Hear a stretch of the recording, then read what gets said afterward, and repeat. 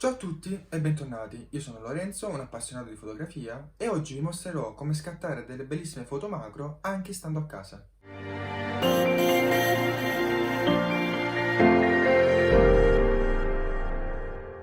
Lo scopo di questo video è quello di mostrarvi come possiamo realizzare delle foto veramente particolari e creative stando comodamente a casa, semplicemente con l'uso dell'olio e di acqua.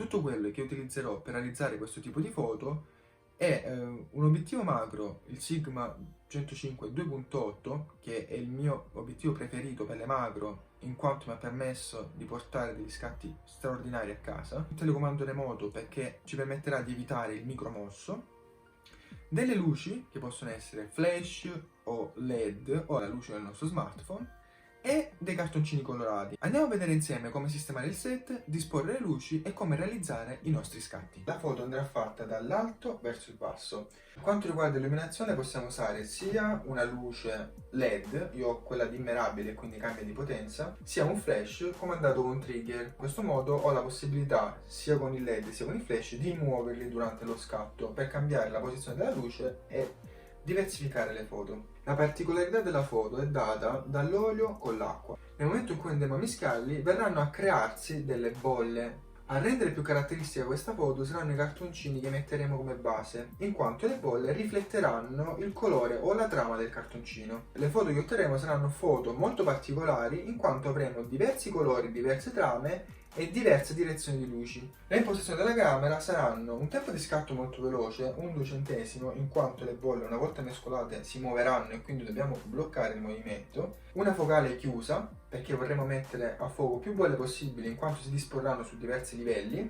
e un valore ISO basso in quanto non vogliamo rumore nella nostra foto. Compenseremo l'esposizione con le luci esterne. Procediamo con lo scatto. Posizioniamo il bicchiere questa base. Per poter riuscire a mettere a fuoco in questo contesto in maniera corretta è opportuno utilizzare la live view. Possiamo iniziare con dei cartoncini a tinta unica per poi procedere con dei cartoncini con un diverso motivo o diversi colori. Per prima cosa posizioniamo il cartoncino come base e mescoliamo l'olio con l'acqua facendo dei movimenti dal basso verso l'alto. Vedremo che si iniziano a creare delle bolle. Le mettiamo a fuoco, ok, e possiamo utilizzare sia la luce che il flash. In base a come spostiamo la luce andremo a illuminare bolle differenti. Se vogliamo realizzare delle foto ancora più particolari dovremo utilizzare sicuramente i cartoncini con un diverso motivo, per esempio una spirale, scacchi o multicolori.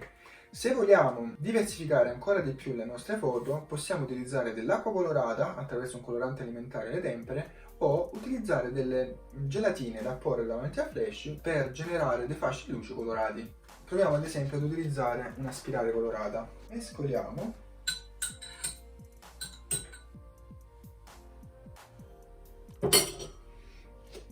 Mettiamo a fuoco.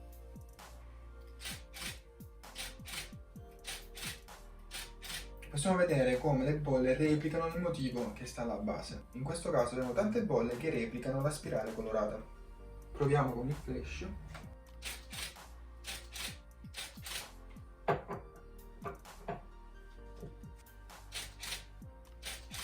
E il gioco è fatto. Oggi vi ho mostrato come realizzare delle foto semplicemente utilizzando dell'acqua e dell'olio. E voi cosa ne pensate? Fatemelo sapere nei commenti qui sotto e ci vediamo al prossimo video. Ciao!